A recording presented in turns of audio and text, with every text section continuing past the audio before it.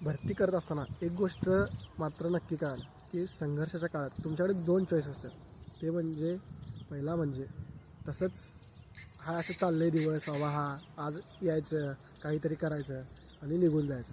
आणि दुसरा म्हणजे आज यायचं प्रॉपर ठरलेला वर्कआउट करायचा, प्रॉपर तो पद्धतीने झाला आहे का नाही ते बघायचं, स्ट्रेचिंग करायचं आणि मग घरी जायचं. जो दुसऱ्या पद्धतीने करतो तोच कुठेतरी यशस्वी होतो असं मला तरी वाटते.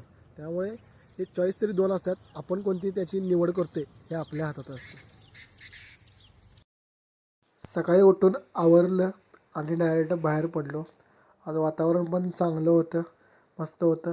आणि ग्राउंडवर गेल्यानंतरनं ग्राउंड बघितलं पूर्णपणे वाळलेलं होतं, त्यामुळं आज ग्राउंडवरच वर्कआउट चालू करणार होतो.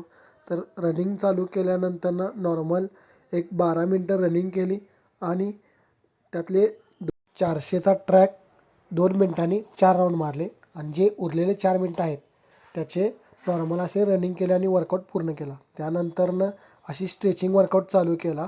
बॅक किक असू दे किंवा असं फ्रंट फूट किक असू दे, असं नॉर्मली एक्सरसाइज चालू केले.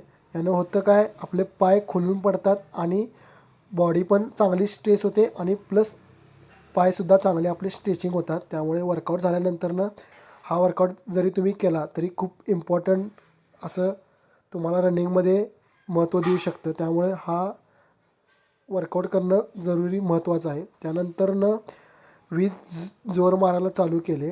जोर हे का मारायचे, कारण गोळ्याला आपल्याला त्याला फरक पडतो आणि ताकद येते, त्यामुळे जोर मारायचे.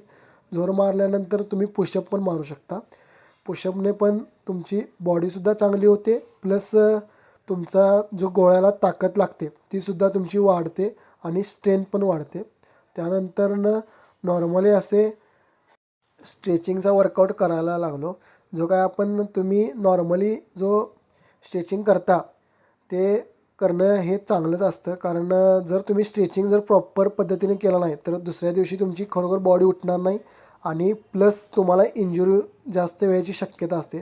त्यामुळे नॉर्मली स्ट्रेचिंग करणं हे खूप महत्त्वाचं असतं. त्यामुळे स्ट्रेचिंग करत जावं भावांनो, कारण जर तुम्हाला चांगला परफॉर्मन्स जर पाहिजे असेल, 1600ला जर तुमचं चांगलं जर तुम्हाला बॉडी रिकवर करायची असेल तर स्ट्रेचिंग हे खूप महत्त्वाचं आहे. त्यामुळे नॉर्मली का असेना, जरी तुम्हाला गडबड जरी असली तरी नॉर्मली स्ट्रेचिंग करणं हे खूप महत्त्वाचं आहे. त्यामुळे नॉर्मली तरी स्ट्रेचिंग करत जावा, 10-15 मिनटं किंवा एक 20-25 मिनटं का असेना पण स्ट्रेचिंग करत जावा. तरी आजचा चांगला वर्कआउट झाला आहे. भेटू उद्याच्या व्हिडिओमध्ये.